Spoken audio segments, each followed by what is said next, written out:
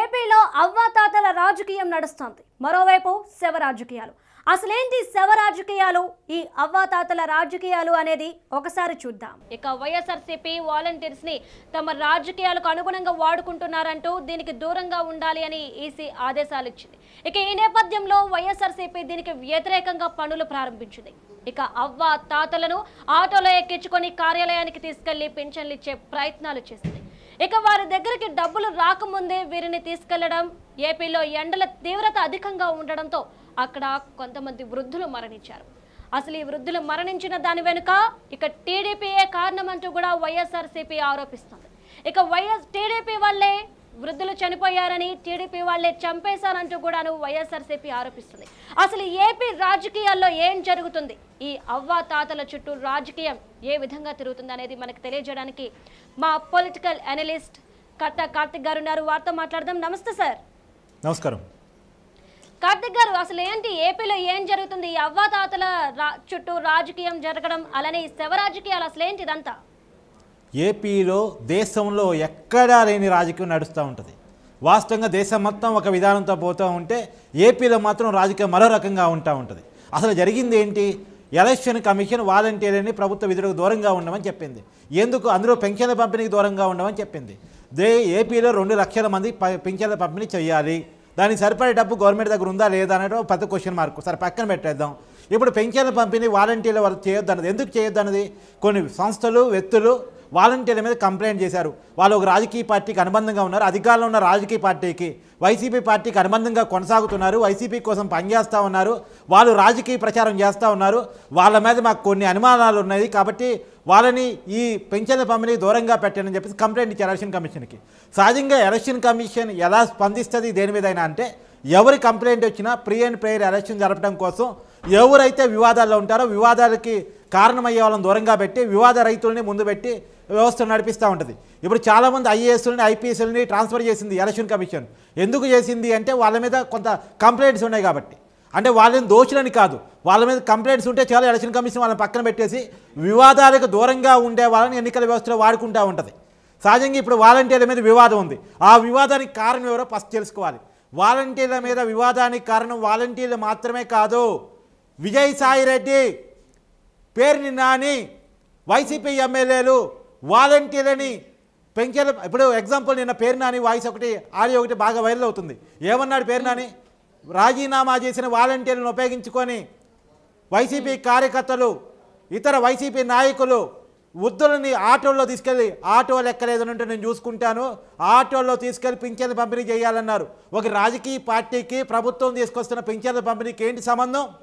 అది ప్రభుత్వ అధికారులు పంపిణీ చేస్తున్నారు. దాంతో ప్రభుత్వ అధికారులు ఏర్పాటు చేస్తారు, ప్రభుత్వ అధికారులు వాళ్ళని తీసుకెళ్తారు, లేదు ఇంటింటికి వచ్చి పంపిణీ చేస్తారు. కానీ పేరు నాని మాట్లాడింది ఏంది? ఇది వాలంటీర్ల మీద అనుమానం. వాలంటీర్ల పేరుని ఒక రాజకీయ పార్టీ నాయకుడిగా ఉన్నటువంటి ఎన్నికల్లో పోటీ చేస్తున్నటువంటి పేరు నాని ఎలా మాట్లాడతాడు? వాళ్ళ అబ్బాయి పేరుని కిట్టు ఇలా ఎలక్షన్స్లో పోటీ చేస్తూ ఉన్నాడు. ఆయన కూడా పేరు నాని మాజీ మంత్రి, వైసీపీ నాయకుడు, ఇప్పుడు ఎమ్మెల్యేగా ఉన్నాడు. అతను ఎలా మాట్లాడతాడు? అది కాక ఉమ్మడి వైజాగ్ సంబంధించినటువంటి ఒక ఎమ్మెల్యే మాట్లాడుతూ వాలంటీర్లని వైసీపీ ప్రచారానికి వాడుకోండి, ఎలక్షన్ కోడ్ అడ్డు వస్తే వాళ్ళు రాజీనామాలు చేయమనండి, మళ్ళా వచ్చేది మన ప్రభుత్వం, వాళ్ళకి తిరిగి ఉద్యోగాలు ఇద్దామని మాట్లాడతాడు. ఇది ఎలా కరెక్టు? తర్వాత వాలంటీర్లంతా వైసీపీ కార్యకర్తలని వైసీపీ ప్రధాన కార్యదర్శి, ఇప్పుడు నెల్లూరు ఎంపీగా పోటీ చేసి ఆల్రెడీ ఎంపీగా ఉన్నటువంటి విజయసాయిరెడ్డి మాట్లాడిన మాటలు. అంటే వాలంటీర్ల మీద రాజకీయ కార్యకర్తలు అనుమానం రావడానికి కారణం ఎవరు? కారకులు ఎవరు? ఈ వైసీపీ నాయకులు. వైసీపీ నాయకుల మాటల వల్ల వైసీపీ వాలంటీర్ల మీద అనుమానాలు వస్తే, అనుమానాల మీద ఈసీ కంప్లైంట్లు పోతే ఈసీ ఒక నిర్ణయం తీసుకుంది, వాలంటీర్లను దూరంగా పెట్టి పింఛన్ల పంపిణీ జరగాలని చెప్పేసి. నేను అడుగుతున్నా, ఈ దేశంలో వాలంటీర్ వ్యవస్థ కేరళలో ఉంది, ఆంధ్రప్రదేశ్లో ఉంది, చాలా రాష్ట్రాల్లో వాలంటీర్ వ్యవస్థ లేదు. మరి వాలంటీర్ వ్యవస్థ లేని రాష్ట్రాల్లో పెన్షన్ల పంపిణీ జరగట్లేదా?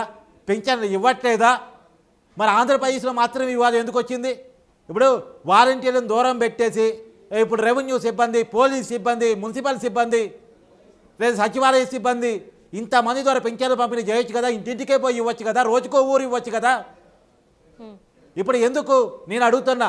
ఇప్పుడు నేను నిన్న నుంచి డిమాండ్ చేస్తున్నా, సెర్పు సీఎండిని కానీ లేదో సిఎస్ని కానీ ఏపీ ప్రభుత్వ వ్యవస్థలని ఎన్నికల కమిషన్ డిమాండ్ చేస్తూ ఉన్నా. ఎందుకు ఇంటింటికి పోయి పింఛన్ల పంపిణీ జరగట్లేదు? వాలంటీర్లు లేకపోతే ఏపీలో ఇంటింటికి పోయి పింఛన్ల పంపిణీ చేసే వ్యవస్థే లేదా?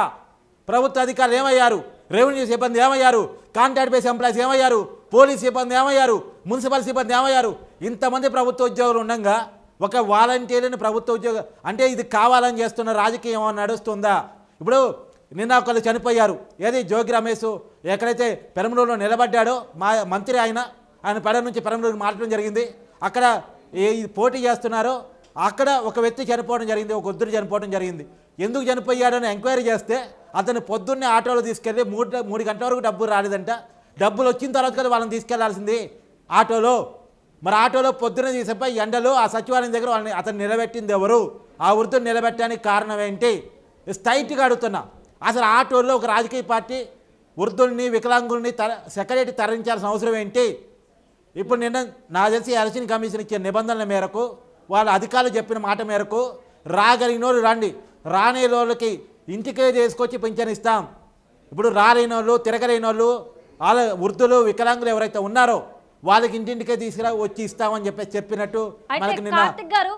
కార్తిక్ గారు ఒక్క విషయం ఏంటి అంటే మీరు ఇంతకు ముందు అన్న దాని ప్రకారం డబ్బులు రాకముందే ఈ వృద్ధుల్ని ఉదయాన్నే తరలించి అక్కడ ఉంచడం వల్ల వడదెబ్బ తగిలింది బాగా అనేసి అంటున్నారు. అంటే మరి దీన్ని వైసీపీ నాయకులు అత్యుత్సాహంగా అనుకోవాలా, లేదంటే గనక ఇది ఎవరి తప్పిదంగా భావించాలి మనం? ఇప్పుడు ఎవరు తప్పిదంగా అనేది ప్రజలకు తెలిసిపోతుంది, అది పక్కన పెట్టేయండి, అది వదిలేయండి. ఇప్పుడు ఉదాహరణకి ఇప్పుడున్న ఎండల్లో మీరు నేను కూడా బయట పోయి ఉండలేని పరిస్థితి. ఇప్పుడు వృద్ధులు వికలాంగులు ఎలా పోగలుగుతారు, ఎలా పోయే పరిస్థితి ఉంది? ఇప్పుడు ఎన్నికల కమిషన్ అర్థం చేసుకోవాలి, సిఎస్ అర్థం చేసుకోవాలి, ప్రభుత్వ అధికారులు అర్థం చేసుకోవాలి. ఇప్పుడు వాలంటీర్ వ్యవస్థ మీద అనుమానాలు ఉన్నాయి కాబట్టి వాళ్ళని పక్కన పెట్టేశారు. ఒక ఆల్టర్నేటివ్ వ్యవస్థ చూసుకొని ఇంటింటికి పోయి పింఛన్ ఇచ్చే పని చేయాలి కదా. ఇప్పుడు ఒక గ్రామ పంచాయతీ పరిధిలో 2-3 ఊళ్ళు ఉన్నాయి అనుకోండి. ఒక ఊళ్ళో ఒక రోజు ఇవ్వండి, ఇంకో 2వ ఊళ్ళో ఇంకో రోజు ఇవ్వండి, 3వ ఊళ్ళో ఇంకో రోజు ఇవ్వండి. ఇదే ప్రాధాన్య పనిగా పెట్టుకోండి ఒక 2-3 రోజులు. నష్టం ఏంటి? ఇంకా ఎలక్షన్ హడావుడి స్టార్ట్ కాలేదు కదా, మే 13 కదా ఏపీలో ఎలక్షను. ఇప్పుడు కొంత అధికారులు కొంత ప్రీనెస్లో ఉన్న వాళ్ళని తీసుకెళ్ళి వాళ్ళని ఉపయోగించేసుకోండి. పింఛన్ల పంపిణీకి ఇప్పుడు అందరినీ ఒక చాటుగా రమ్మంటాం, ఎండలో నిలబెట్టడం, రైల్లో నిలబెట్టడం, ఈ పద్ధతులు వ్యవహరించడం దేనికి? ఇంకోటి, చాలా రాష్ట్రాల్లో పింఛన్ పంపిణీ జరుగుతుంది, ఇంటింటికే పోయి జరుగుతుంది. కానీ ఈ ఏపీలో మాత్రం ఎందుకు ఇలా జరగట్లేదు? వాలంటీర్లు లేని రాష్ట్రాల్లో కూడా జరుగుతుంది, తమిళనాడులో జరుగుతుంది, కర్ణాటకలో జరుగుతుంది. మరి ఎందుకు ఒక ఆంధ్రప్రదేశ్లో ఇబ్బంది వచ్చిందనేది సమాధానం చెప్పాలి అధికారులు. ఇంకా నేను ఇంకో విషయం కూడా అడుగుతున్నా. ఇప్పుడు వాలంటీర్ను ఉపయోగించుకోవద్దు అని అన్నారు. ఇప్పుడు కేరళలో కూడా వాలంటీర్లు ఉంటారు. కేరళలో వాలంటీర్ వ్యవస్థ స్టార్ట్ అయిందే కేరళలో. కానీ కేరళలో వాలంటీర్ల మీద ఎప్పుడు వివాదం రాలేదు. ఎందుకు రాలేదంటే అక్కడ అధికారంలో ఉన్నటువంటి కమ్యూనిస్టులు కానీ ప్రతిపక్షంలో ఉన్న కాంగ్రెస్ కానీ వాలంటీర్లను ఒప్పుకుంటారు. వాళ్ళు రాజకీయాలకు అతీతంగా పనిచేస్తారు, వాళ్ళ మీద ఎలాంటి పొలిటికల్ కామెంట్స్ రావు. కానీ ఏపీలో వాలంటీర్ల మీద అనుమానం రావడానికి కారణం ఎవరు అంటే ఖచ్చితంగా అధికార పార్టీ నాయకులు, వాళ్ళ వ్యవహార శైలి. ఒకటి, వాళ్ళకి 5,000 జీతం ఇవ్వటం ఒకటి, వాళ్ళ రాజకీయ పార్టీ కార్యకర్తలు అంటే మాట్లాడటం ఒకటి. 2, పదే వాళ్ళని రాజకీయ పార్టీ ప్రచారానికి ఉపయోగించుకోండి, పెన్షన్ల పంపిణీకి ఉపయోగించుకోండి, జనాల తరలింపుకి ఉపయోగించేసుకోండి, రాజకీయ పార్టీ కార్యకలాపాలకు ఉపయోగించుకోండి అని మాట్లాడటం ఏదైతే ఉందో ఇది వాలంటీర్ల మీద అనుమానం రావడానికి కారణం. ఒక రాజకీయ పార్టీకి అనుబంధంగా పనిచేస్తున్నారంటే కారణం. సహజంగా ప్రభుత్వ జీతం ఎంత తీసుకున్నా సరే వాళ్ళు ఏ రాజకీయ పార్టీకి అనుబంధంగా ఉండకూడదు, ప్రభుత్వానికి మాత్రం అనుబంధంగా ఉండాలి. చంద్రబాబు చెప్తా ఉన్నాడు, రేపు వాలంటీర్లు నేను అధికారంలోకి వస్తే వాలంటీర్ని కంటిన్యూ చేస్తా, వాళ్ళకి గౌరవ వేతనం ఇస్తా, వాళ్ళ జీతం పెంచుతా, కనీస వేతనం ఇస్తా అని చెప్తా ఉన్నాడు. అదే జరగాలి కూడా, నేను కూడా డిమాండ్ చేస్తాను. కార్తిక్ గారు మరొక విషయం ఏంటి అంటే ఎవరైతే వృద్ధులు చనిపోయారో దీనికి టీడీపీ నాయకులే కారణం అంటూ కూడా వైసీపీ ఆరోపిస్తుంది. అసలు దీన్ని ఏ విధంగా చూడాలి? నిజంగా ఈ రోజు ఈ సంఘటనకి కారణం టీడీపీ అనుకోవచ్చా? ఒకవైపు వైఎస్ వివేకానంద హత్య కేసు రాజకీయంగా నడుస్తున్న సమయం, ఇంకోవైపు వృద్ధుల అవ్వ తాతల చావుల చుట్టూ నడుస్తున్న రాజకీయం. ఇది దగాకోరు రాజకీయం ఏపీలో నడుస్తుందని చెప్పడానికి ఇంతకన్నా ఎగ్జాంపుల్ అవసరం లేదు. ఎందుకంటే ఇప్పుడు ఎవరు చంపారు అనేది పక్కన పెడితే అవసరమైతే నేను ఈసీ అంటే ఎలక్షన్ కమిషన్ డిమాండ్ చేస్తూ ఉన్నా, ప్రాపర్గా ఎంక్వైరీ చేయండి.